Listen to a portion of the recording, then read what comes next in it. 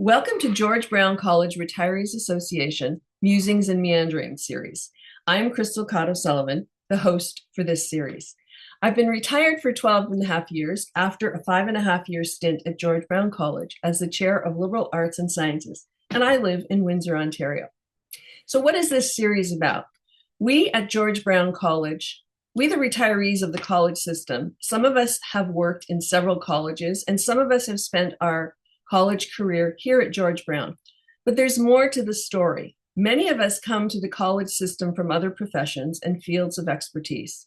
The Musings and Meandering series is about the journey of our retirees that they have taken over a lifetime.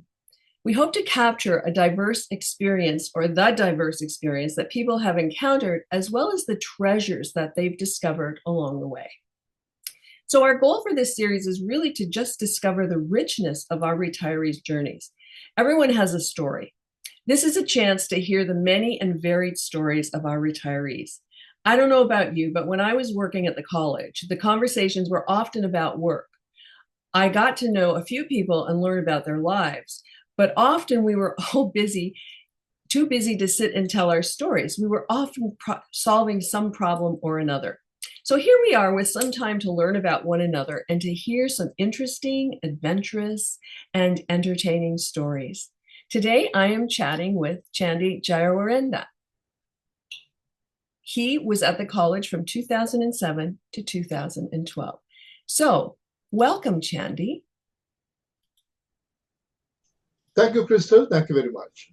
You're welcome. It's great to have you here. So, Chandi, just before we begin, I'm just going to give a little bit of a bio so people, they may know about your GBC work, but they may not know about everything else. So let's begin with a little bit of a bio. So Chandi has lived on 4 continents and traveled to 100 countries.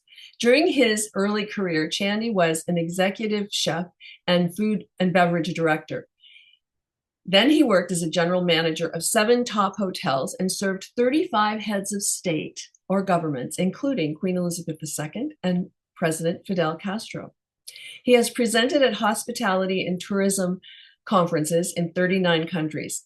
Chandi has held leadership positions in South Asia, the Middle East, Europe, South America, the Caribbean, and North America, including being the president of the world's largest professional body for the hospitality industry, the HCIMA, now the Institute of Hospitality UK.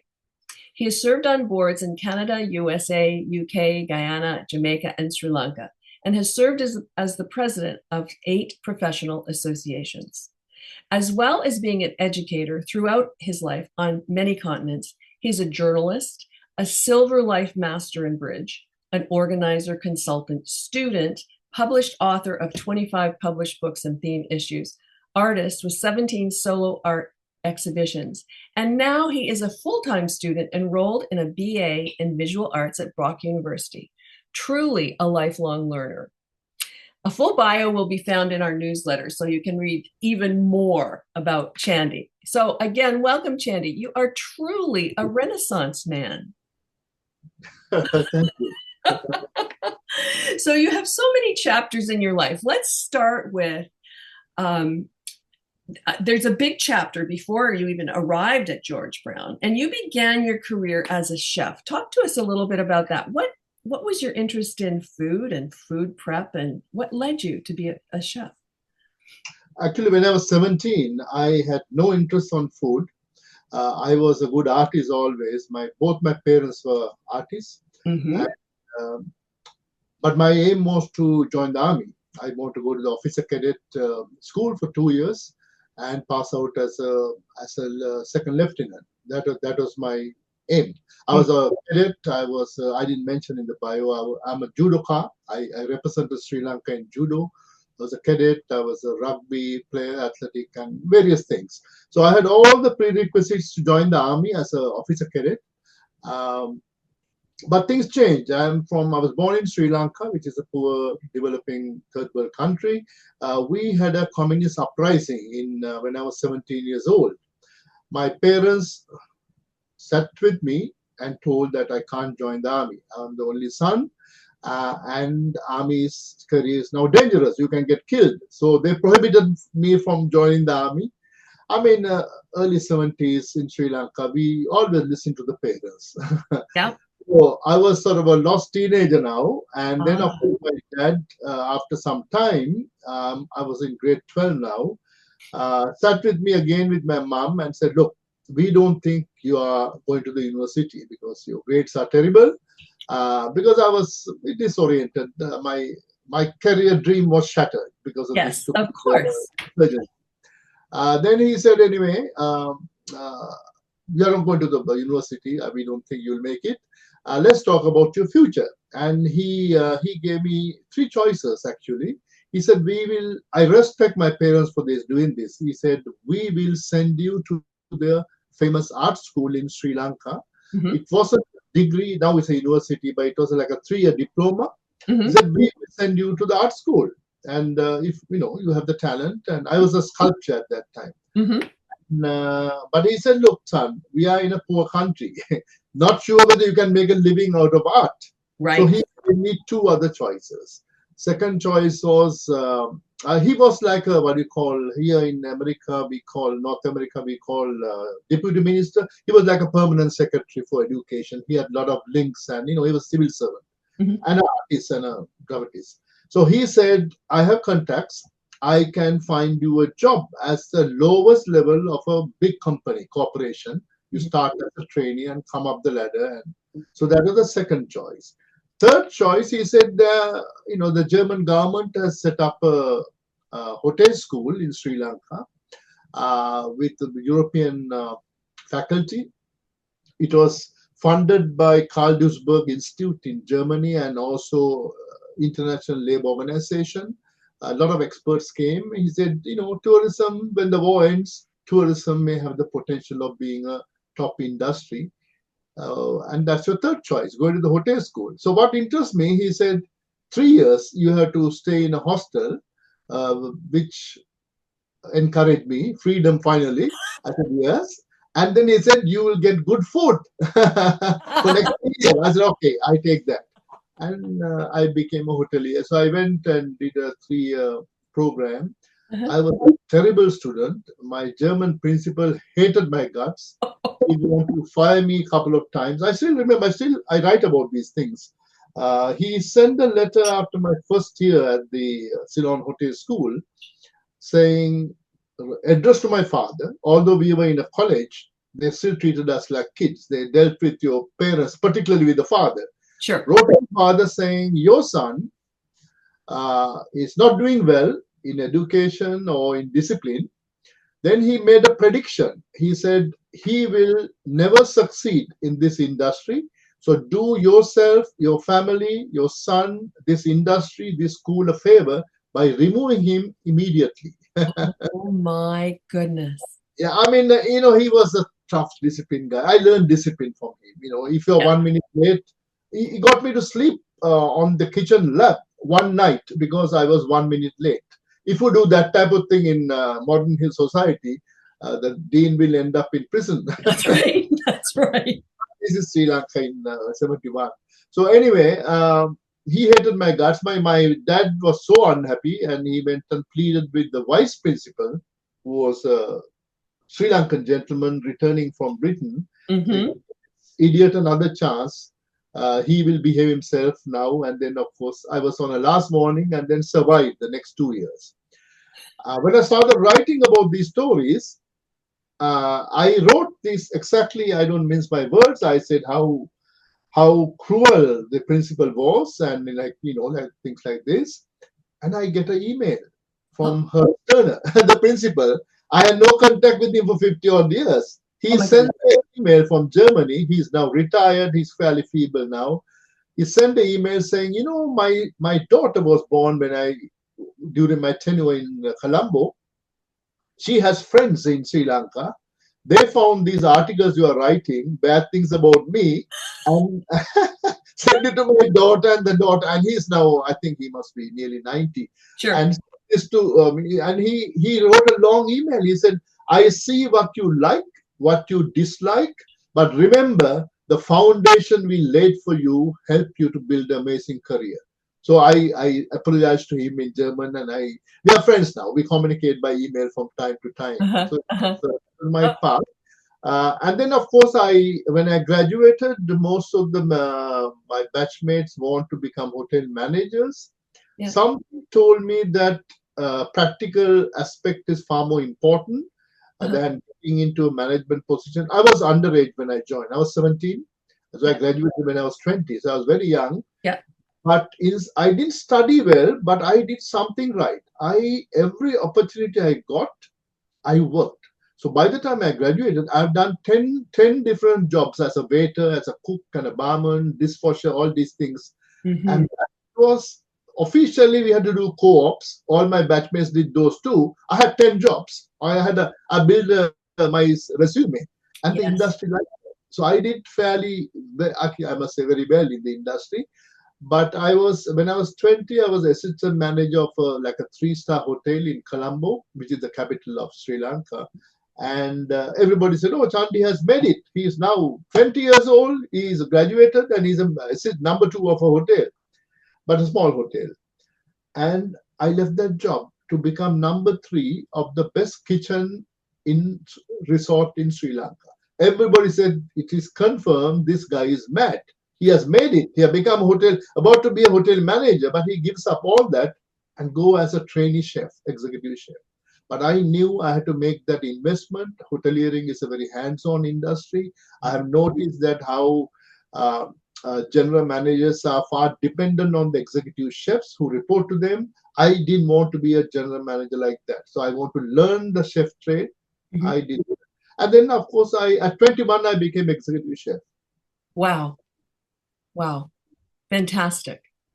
So what you did is you combined to become a hotelier, you needed to be a chef in order to really understand the full picture. Not for everybody. There are some great hoteliers who have never worked in the kitchen apart after they left their hotel school or the college. Sure. In my view, I had a different strategy to reach my goal. Yeah. I want to create a strong foundation, and that really helped. Throughout my career, I mean, I managed a lot of five-star hotels.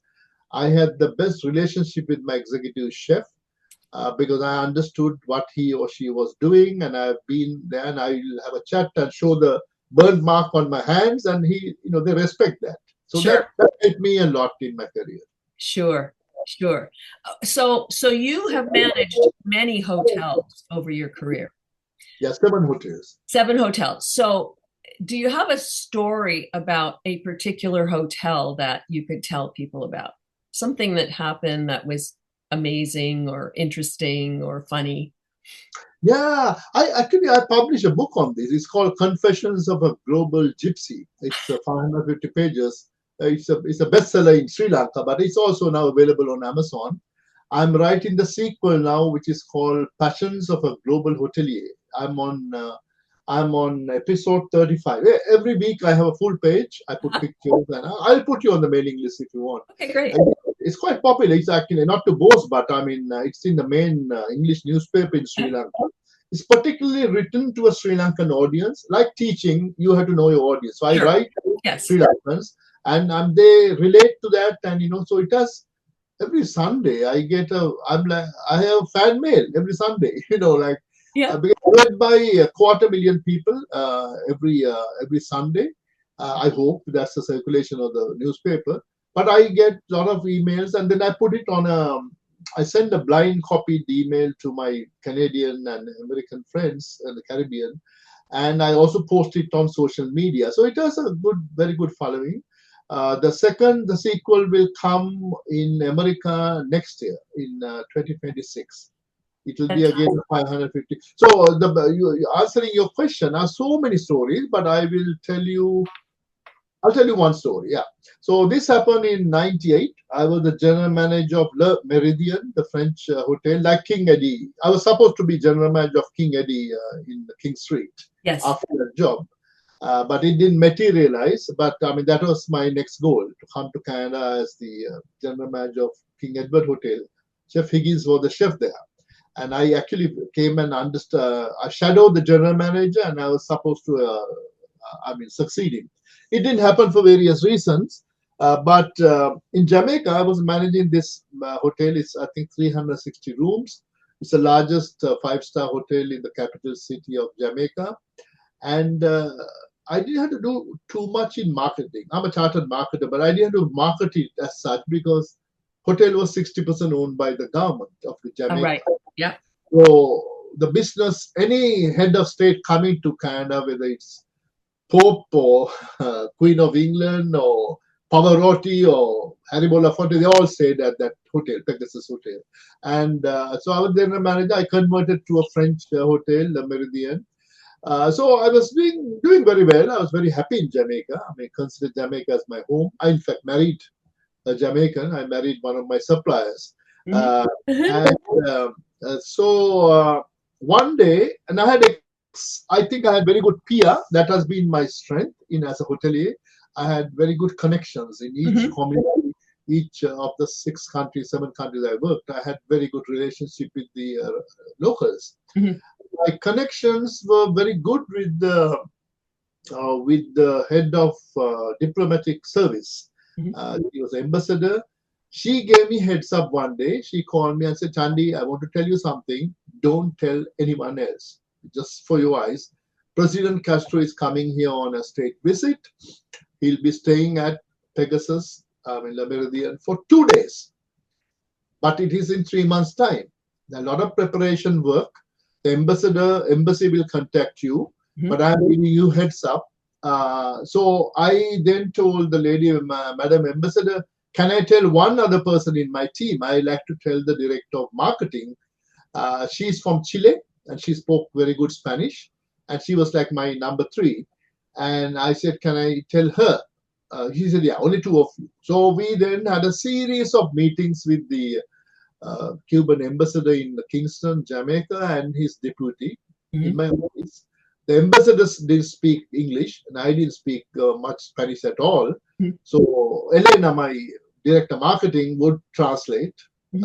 Ambassador's deputy will translate. So we had this series of conversations leading up to his arrival. So at one of the meetings, the ambassador said they want 72 rooms. They want the top 3 floors of the hotel reserved for Castro, President Castro, for 1 week. So I was baffled. I said, but Your Excellency, why do you need for 1 week?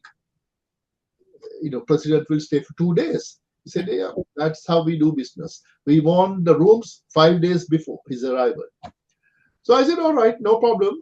That's fine. But I'm getting a little worried now because this is a big chunk of business. We have to move guests to other hotels and all that. I said, okay, I'll do that. But I want you to pay, not an advance, the full payment upfront. I'm not sure whether I'll ever get the money.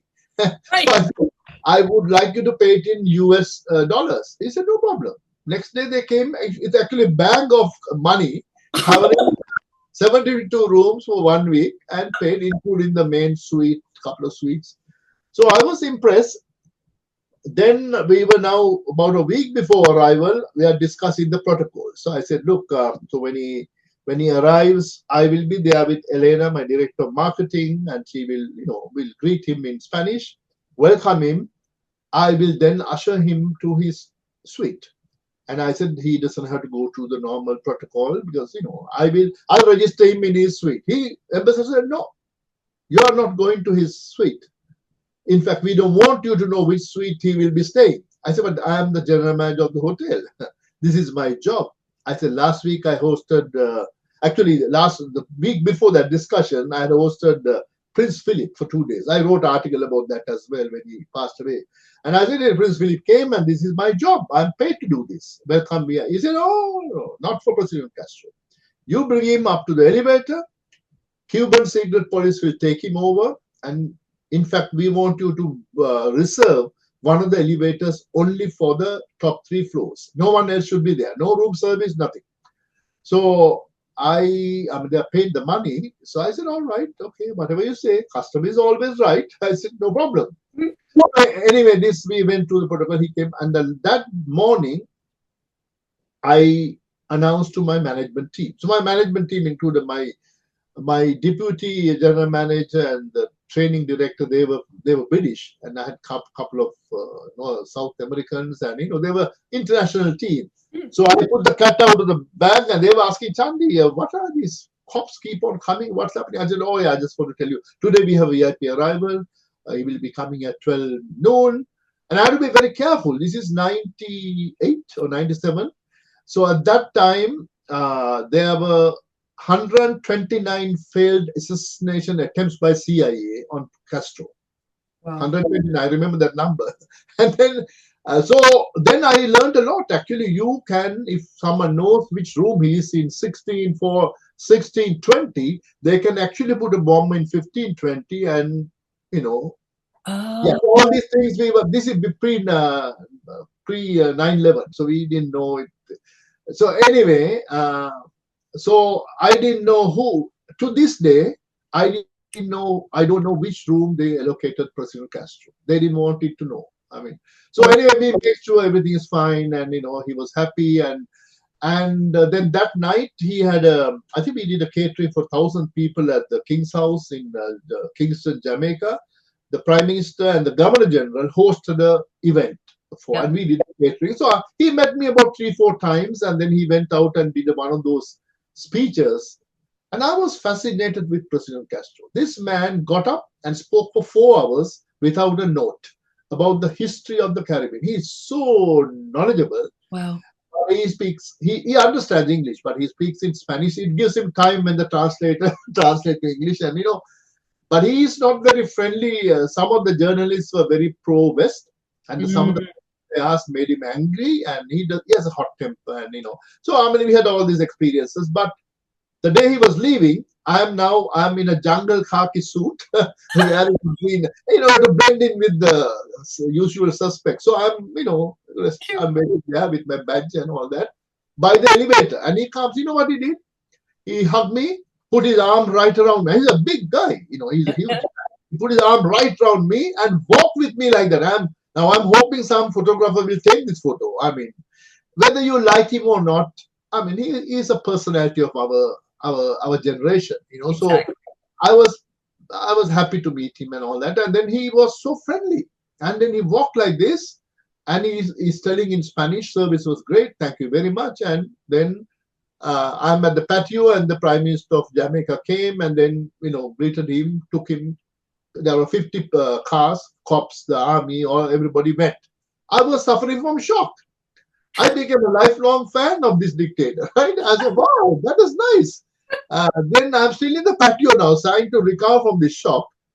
The deputy ambassador, who had become my friend now, deputy ambassador for Cuba, told me, Mr. Chandi, can I see you in your office? I said, why? Did anything go wrong? He said, no. President Castro was very happy. He left you a personal gift. I don't want to bring it out to the patio. I'll come to your office.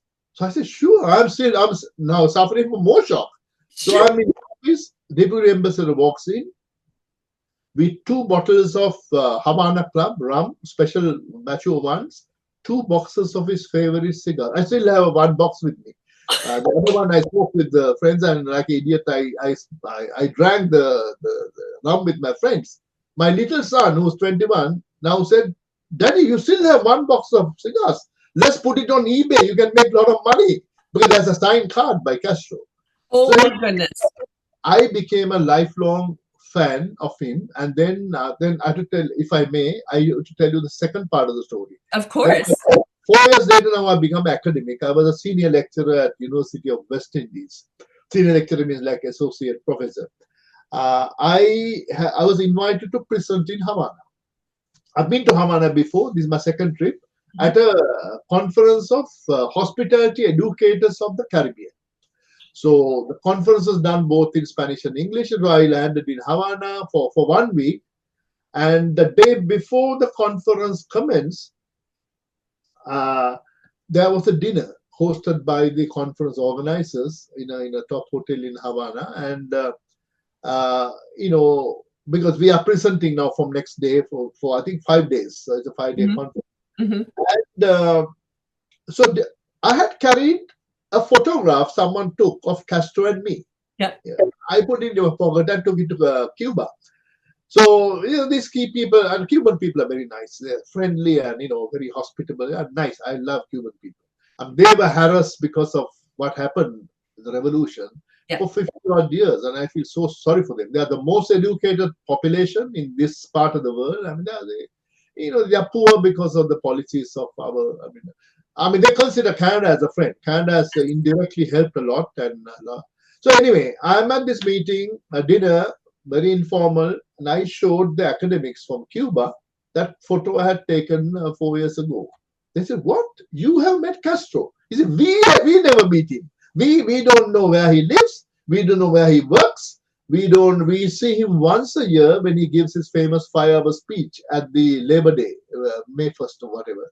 And they said, "We don't know. I mean, you met him." I said, "Yeah." After that, wherever I want to go in Cuba, I was sent with 3 men, right? And I was convinced they're all from secret police. One was my chauffeur, one was my guide, other one was the translator to English. So they said, "Anything you want to do?" And I said, "Yes, I want to write an article capturing the history of Cuba's tourist business Yep. in four." And I had actually planned it for some time.